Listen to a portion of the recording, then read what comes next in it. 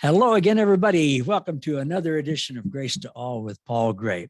And if you've been with me for about 3 years, you recognize this smiling face next to me on a computer. My friend Bill Thrasher is back with us. And this is the about 300 and what is this? This is somewhere in the 330s of my podcast. And Bill was on over 2 years ago for podcast number 116. Okay. Gosh, it just seemed like yesterday. It does.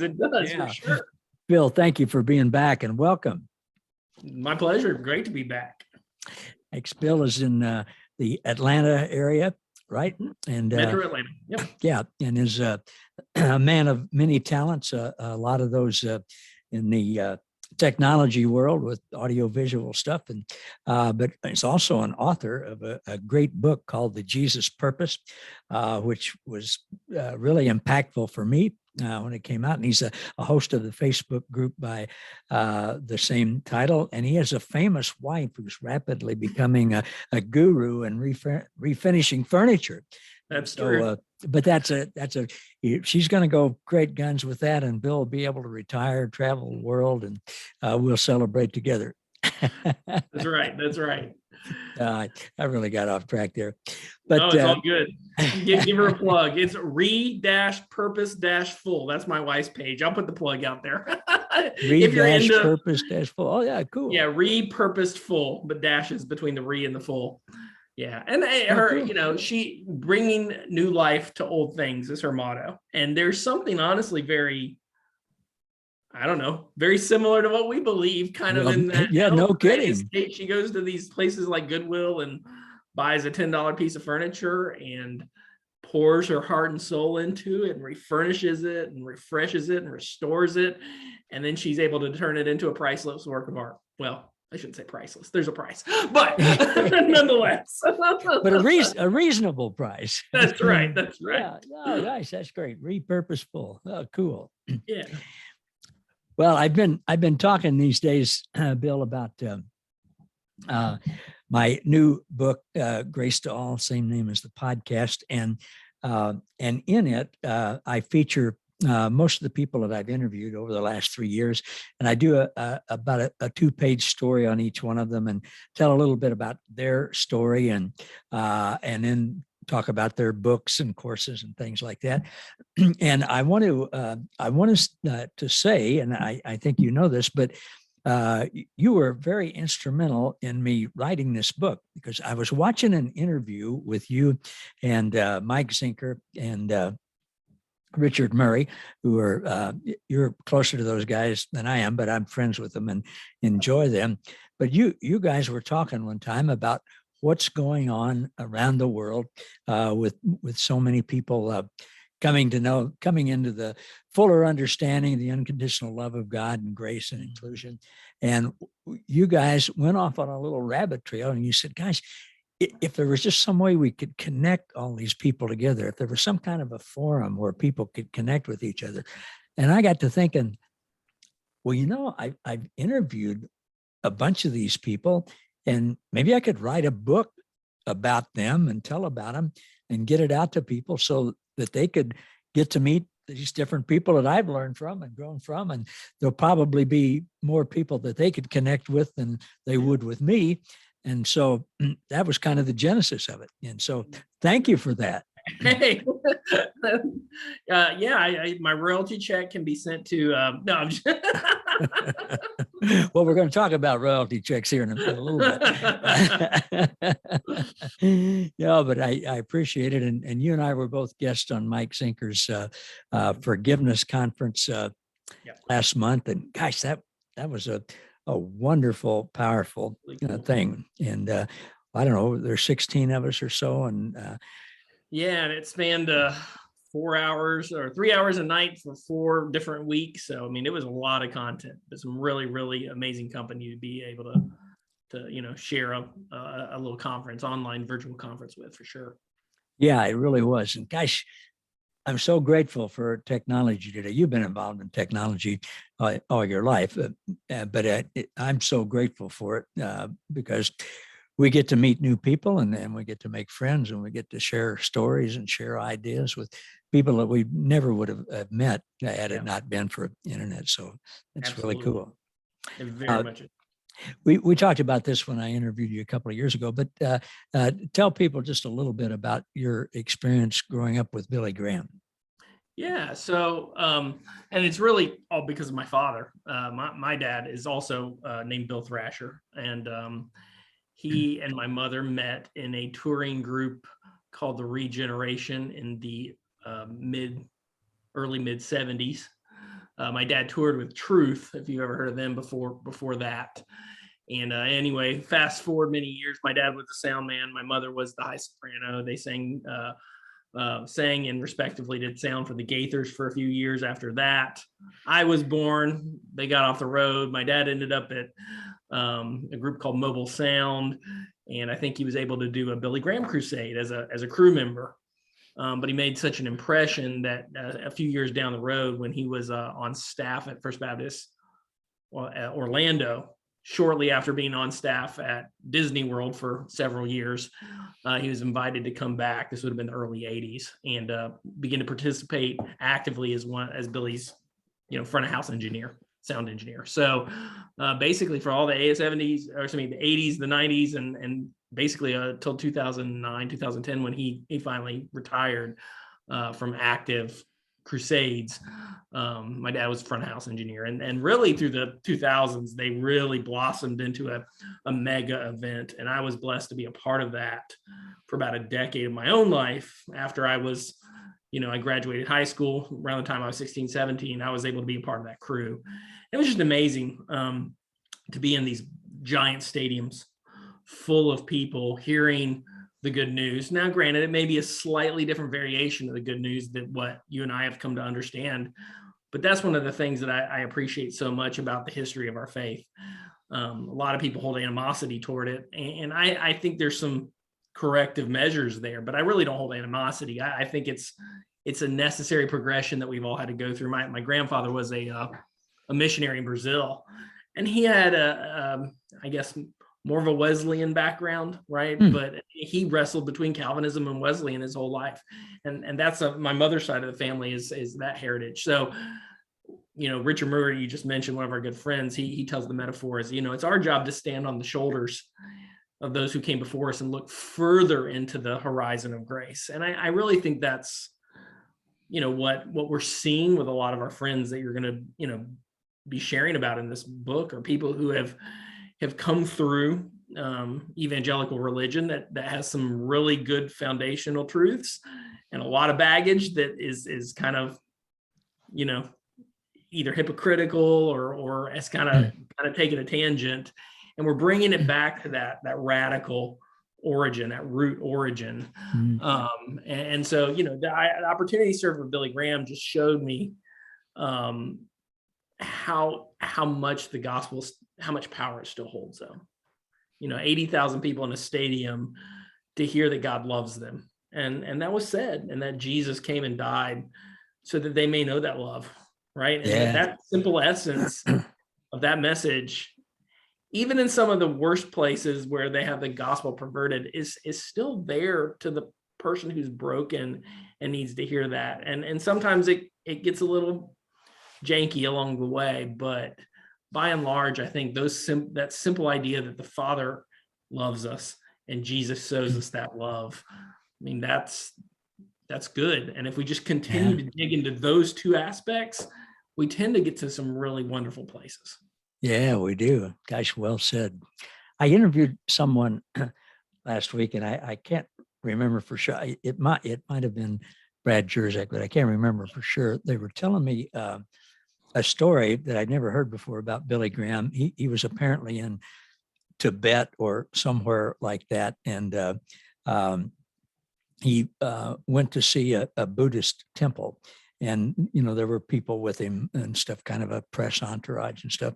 And there was an older gentleman with a robe and stuff on, sitting outside this place, cross-legged and meditating.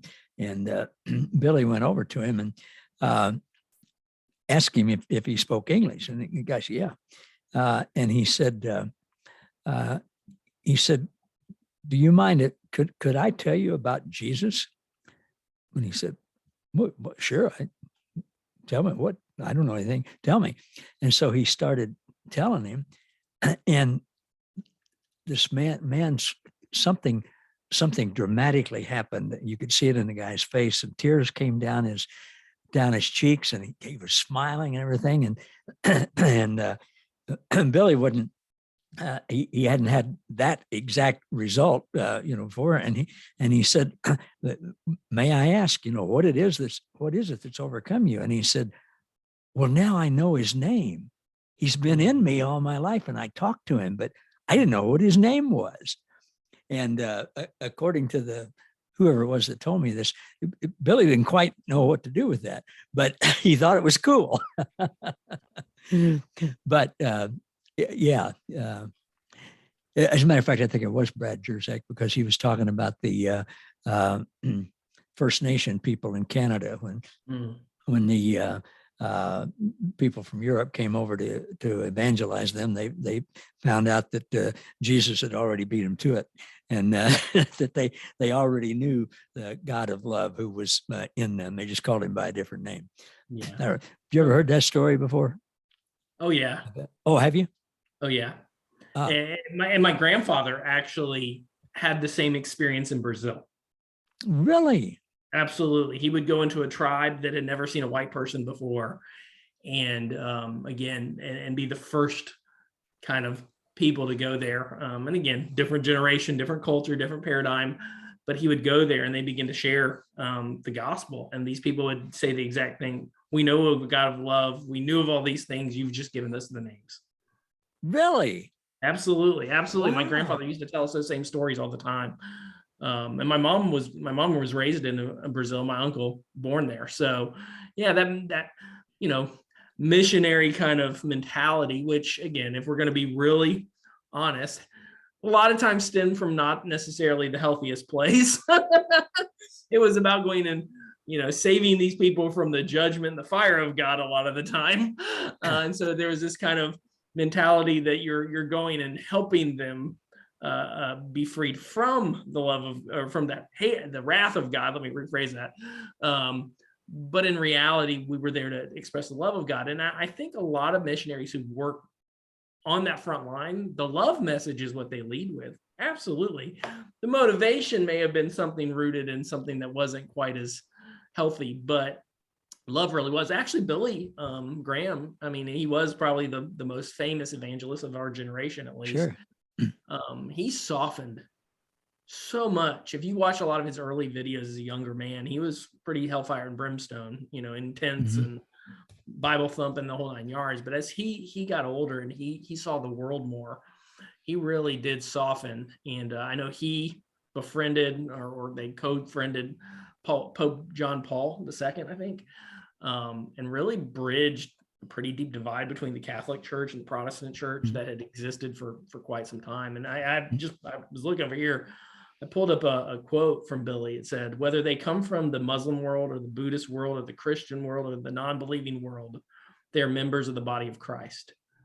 They may not even know the name of Jesus, but they know in their hearts that they need something that they don't have, and they turn to the only light that they have. And I think that they are saved and that they're going to be with us in heaven." That was on Robert Schuler's show, wasn't it? I think it may be, and Yeah. wow. I mean, granted, maybe even some of the verbiage and stuff we would just articulate differently, but you can see the progression, right? Yeah. He was able to walk into a place that had a much more open perspective than probably what he started with. Yeah. Oh, that's wonderful. Thank you for sharing that. And I appreciate you telling me that about your grandfather, because when I heard that Brad talking about the First Nations people in Canada, that was the first time I'd ever heard somebody say that. And then I heard that story about Billy Graham, and guys, you know what, this Bill, every day I find out that God is better than I thought he was the day before. And I find out stories like that are just so heartwarming. And I mean, they're just so Jesus, aren't they? That They are. like he beat us to the punch. I'm sure with a smile on his face. I was at an event, and I was at an event called, I think it was called, nope, that wasn't IAPA. NACI. It was basically a North American conference for itinerant evangelists. Billy was a keynote speaker. My dad was a sound man. They didn't have any budget. I was probably 17 years old, maybe even 16. All the kids from my dad and then the video director were the crew. So I was running camera one, main camera operator as a kid, probably getting paid $50 a day, just to be there and do this. It was a great event. And but one of the speakers kind of goes in the same theme, and I can't remember the whole point of the conference, but this one, there just wasn't a dry on the place. He was a missionary, and he was there with these two men in completely authentic, tribal garb. I want to say it was from South America some way, I believe. I'm not exactly sure. It could have been Africa. Pretty sure it's South America. And he said, this is whatever the gentleman's name was. And he said, this is, he's my father. And obviously, clearly not his father, right? But what had happened was this man had killed his actual father, because the father was the original missionary to go into the tribe, and had murdered him, in self-defense and then confusion and those things. And instead of being, aggressive in his relationship, they were able to start a communication over time. The son found that this man over time was the guy who actually murdered or killed, probably murdered's the wrong word, but killed his father in confusion. And they formed a relationship, and this man adopted this guy into his son into the tribe. And it's just that picture of reconciliation. It's like everybody's crying, through this whole thing, but that's through the love of God, that through the story of the love of God, not only was there forgiveness, but there was a reconciliation and a redemption and a renewal and a whole new bond of family that was created. That, I mean, if that's not the love of God in action, I just don't know what is. Wow. What a really great cool story. No kidding. Gosh, I'm really getting blessed tonight. And I usually do with whoever I interview, but oh man. Yeah. I was running camera, and I was only 17, and I think I was crying. So a 17-year-old boy crying, it's got to take something pretty powerful to do that. Yeah. Well, from the conference that we did with Mike, reconciliation is not always possible. Not inside of as Richard and I have talked, and I'll steal some of his phraseology.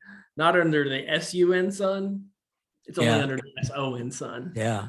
Well, I'm glad to know there's another thief here, because I steal a lot of Richard's stuff. Right. I do too. Yeah, he's a good guy. For 2 or 3 weeks, I'll say, well, my friend Richard Murray said this. And then after that, I'll say, well, I always said this. And, Exactly. There's not a lot of new things on the earth, but I think Richard's got a large percentage of whatever new things that there are. But so, Bill, what do you see happening right now around the world with people coming to understand grace and unconditional love and inclusion? Are things any different now than 10 years ago, or when you wrote your book? I think so. And we were talking about this before we actually started recording to some degree. I'm a guy that is going to be really patient, I think, through this endeavor. And I think that's something we need to be aware of.